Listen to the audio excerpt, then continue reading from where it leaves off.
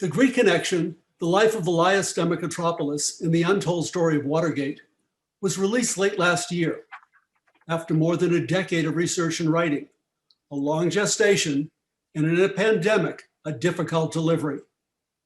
It's a nonfiction political thriller, a story of international intrigue, audacious courage, relentless battles, determined survival, and heroism against enormous odds. For those of you who know Greek culture, it's also about that undefinable word philotimo, literally friend of honor, but it means so much more. The book involves abuses of power at the highest levels in two countries, foreign interference in elections, dark money, vicious disinformation campaigns, and intimidation of journalists. And it's not even about Donald Trump, although there are implications for our recent history. The hero of the story is Elias Panagiotis Demetracopoulos. Not exactly a household name, but for 3 decades in the 1960s, 70s, and 80s, he was known in Washington and in major European capitals simply as Elias. And like celebrated mononyms such as Bono or Beyonce or Pele, Elias is worth remembering. Elias Demetracopoulos was a living definition of multidimensional. Teenage resistance fighter, tortured prisoner, Civil War casualty, controversial journalist, information broker, lobbyist, financial consultant, trusted advisor, ladies' man, tipster, troublemaker, dangerous gadfly, suspected foreign agent, desired extra man for Georgetown dinner parties, impassioned democracy fighter, and free press advocate. He had many friends and many enemies, and sources that span the political spectrum. Elias always cultivated an air of mystery and carefully compartmentalized the different parts of his life. This slide shows some of these compartments. Close friends in Washington knew little about his Wall Street consulting work. Business associates in New York didn't know about his busy Washington social life or his activities on behalf of Greek democracy.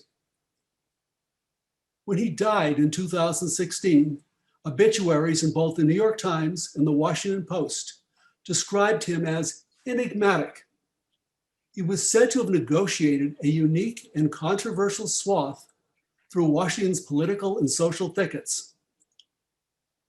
Ironically, for all his life's achievements, he is perhaps most famous for what he tried to do and failed. Foreign meddling in American elections didn't start in 2016 with the Russians and Donald Trump. George Washington, in his valedictory speech as president, warned his countrymen against the insidious wiles of foreign influence. Thomas Jefferson didn't heed Washington's warning and lost his first race for the presidency. For more than a century and a half afterwards, even though there were various foreign attempts to influence American elections, none had succeeded. People appeared to take seriously a fundamental principle of our representative democracy, that the outcome of American elections should reflect the preferences of the American electorate and not the special interests of foreign powers. This changed dramatically in 1968. The man with Richard Nixon is Tom Pappes, a Greek-American industrial tycoon and Nixon fundraising powerhouse. Some of you may remember Pappes from his Boston days in the food distribution business and as a well-publicized philanthropist. In 1968, he convinced the Greek military junta, which had overthrown his country's democratic government the year before, to buy influence with the Nixon campaign. Pappes made the case that a Nixon-Agnew administration would be more supportive of their dictatorship than would a Democratic administration. So, the junta secretly funneled $549,000, almost $4 million in today's dollars, to Nixon campaign officials. Over the next 6 years, Nixon administration policies toward Greece would repeatedly demonstrate it was money well spent. Remember how close the 1968 race was? Remember how uncertain its outcome? Support was soft for all 3 candidates, Nixon, Hubert Humphrey, and George Wallace. As late as mid-October 1968, 29% of voters said they were not certain they would end up voting for their preferred choice. This lack of enthusiasm meant a higher than usual possibility of last-minute switches if there were a late campaign disclosure. That election was the second closest presidential contest in the 20th century. The margin of victory was less than 1%. A shift of fewer than 42,000 votes in only 3 states, far fewer than Trump needed for his minuscule margin in 2016, would have thrown the outcome into the House of Representatives, which the Democrats controlled.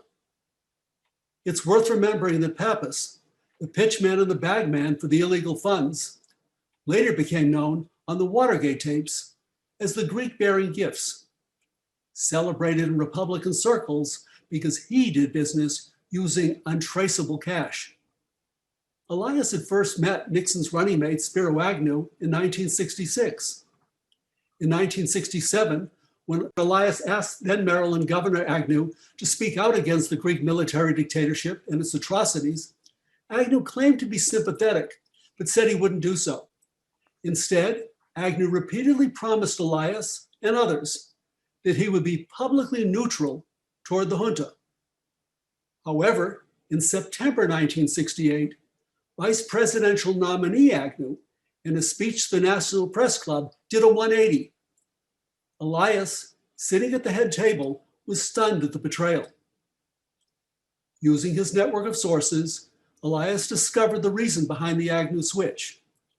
Tom Pappes had convinced the Greek CIA to fund the Nixon campaign. This money likely originated as US taxpayer dollars provided to Greece as US aid from the Pentagon's so-called black budget. Elias gave the information to Larry O'Brien, Hubert Humphrey's campaign manager in '68. But for a variety of reasons I go into in the book, O'Brien didn't use the October surprise information, and Nixon was elected. David Broder, the former dean of the Washington Press Corps, told me that no one knew the story at the time. But he said, if Elias' story had come out, it would have stopped reporters from the lazy narrative that there was a so-called new Nixon. That alone could have changed the outcome of such a razor-close election. Broder said that the Greek money bombshell could also have led to the contemporaneous public disclosure of Nixon's secret sabotage of the Paris peace talks. The Nixon people knew fragments about Elias's 1968 disclosure to O'Brien, and for years it caused them great anxiety. In 1971, Elias testified before the House Foreign Affairs Committee against the Greek dictatorship and against Pappas. In that hearing, he hinted that he would disclose more about the 1968 money. So Pappas and his allies tried different approaches to get both the Greek and American governments to destroy Elias. Pappas menacingly threatened him directly.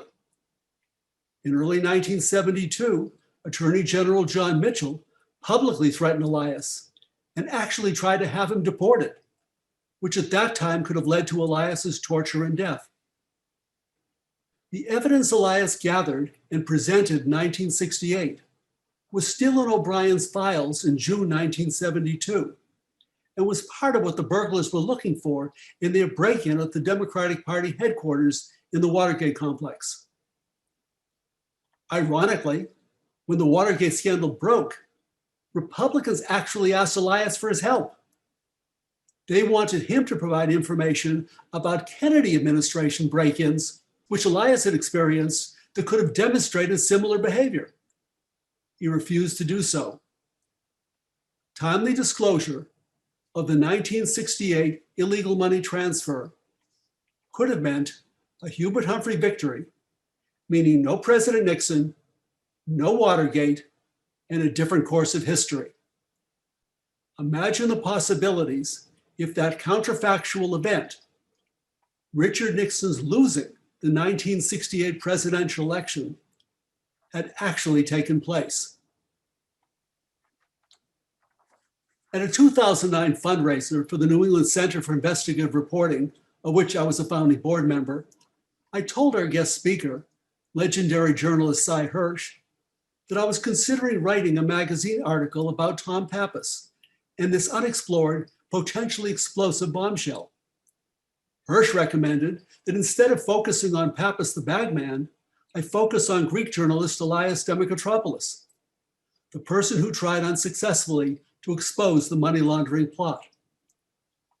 After I flew to Washington to meet Demetracopoulos, I quickly realized that this episode was just a small part of Elias's much larger and even more riveting life story.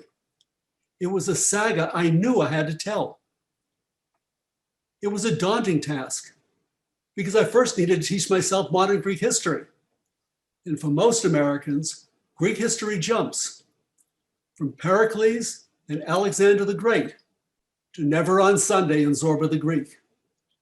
For the historians here, my book begins with a brief description of the tangled web of modern Greek history, alternating dictatorships and fragile democracies, monarchies and republics.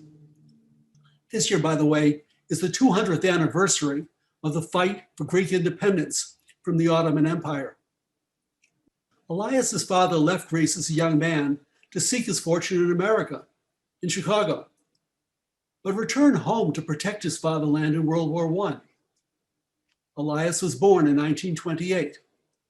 He was a precocious child, and at the outset of World War II, when he was just 12, he joined a small Athens resistance group to fight the German occupiers.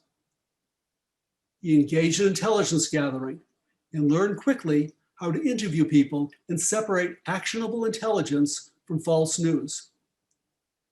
Intrepidly, he hid guns at his home and engaged in sabotage. But at 14 years old, he was captured, brutally tortured by the Nazis, sentenced to death, and imprisoned. He was spared from execution in December 1943 by the timely intervention of Archbishop Damaskinos, the leading religious leader in Greece, who managed to get Elias moved to a horrific but life-saving insane asylum for the last year of the war. After the short-lived liberation in October 1944, Greece moved toward all-out civil war. Elias, trying to rescue relatives, got shot by the communists during the dramatic and bloody events of that December. Later, he nearly died of tuberculosis. During his long recovery, Elias voraciously followed the news and imagined becoming a journalist. He was particularly inspired by the career of correspondent George Polk, who some of you may remember covered Greece and the Middle East for CBS. Elias obsessed about Polk's 1948 assassination. Still, journalism was the only career he ever seriously considered. When the Civil War was over, Elias was hired by Kathamerini, considered by many to be the leading Greek newspaper. His job was to cover the growing American presence in Greece, but he didn't want to be an ordinary reporter. He wanted to be an investigative journalist. From the beginning, he wanted to break stories that no one else had. Elias never would simply accept press releases and rewrite them as gathered news. He cultivated his sources across the political spectrum and ran with stories that often made his subjects squirm. During the 1950s and 60s, he became a controversial and fiercely independent, scoop-hungry reporter, exposing truths others wanted hidden.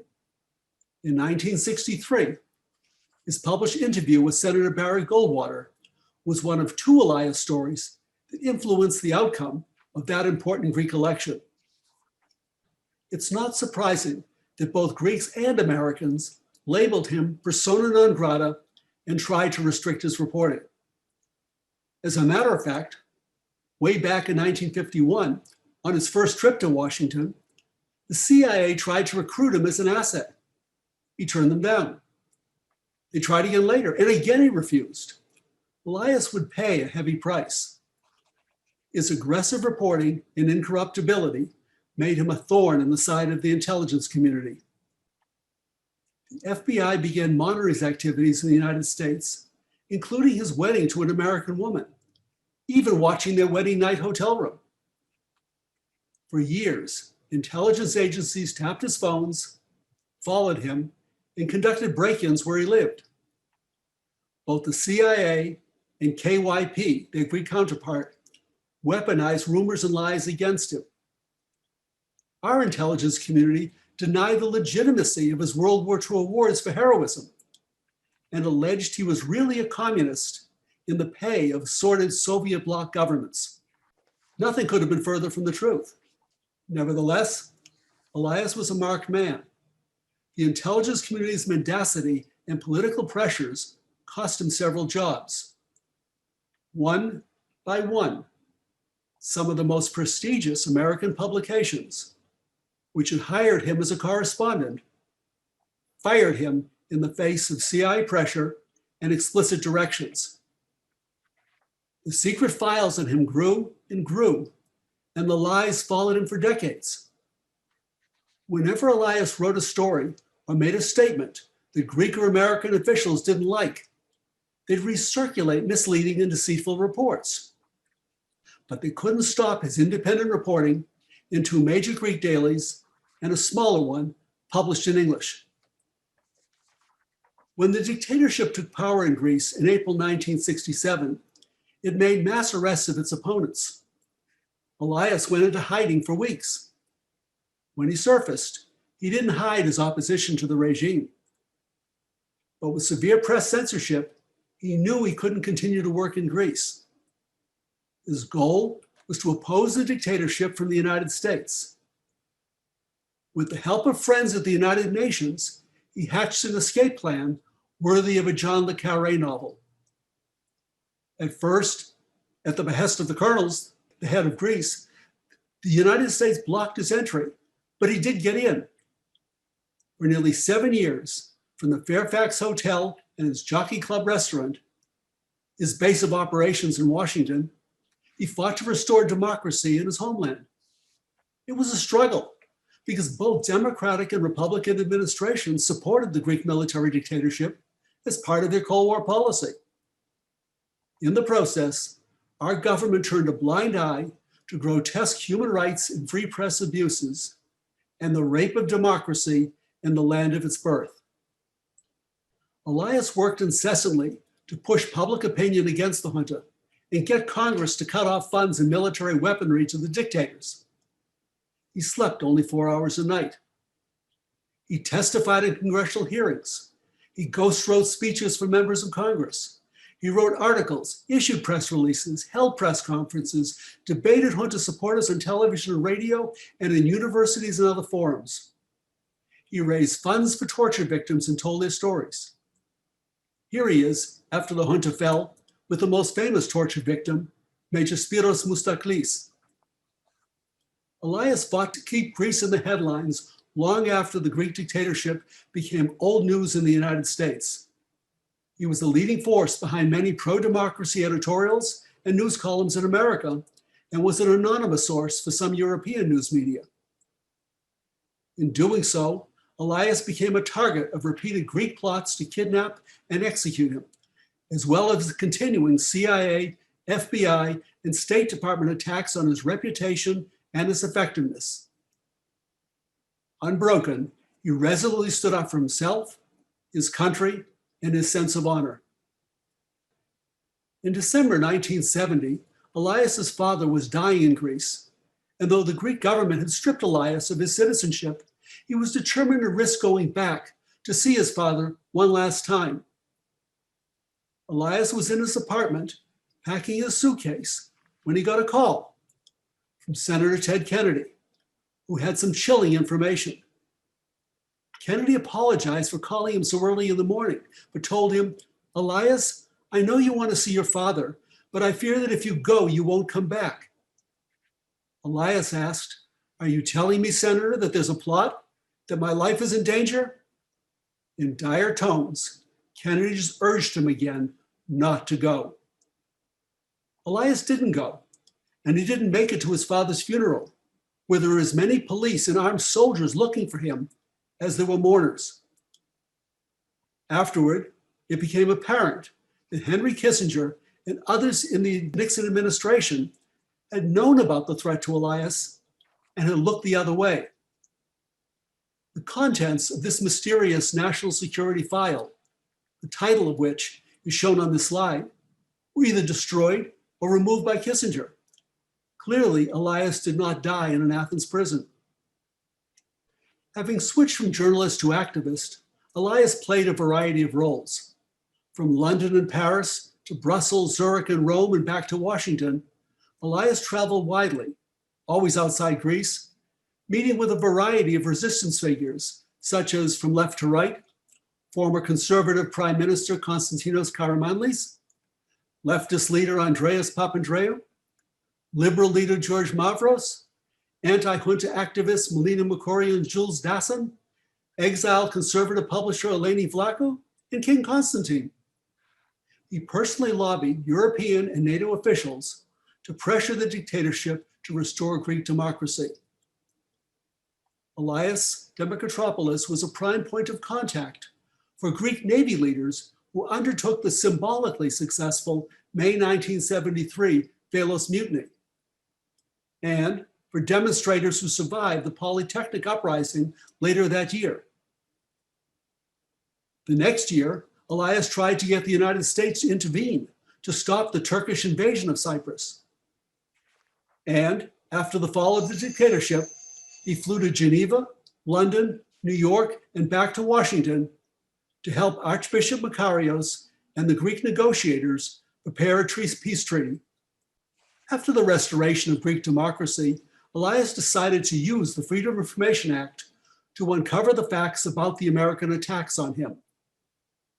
With the help of a good lawyer and friends in Congress, he took on the United States government and even sued the FBI, CIA, and State Department to vindicate his reputation.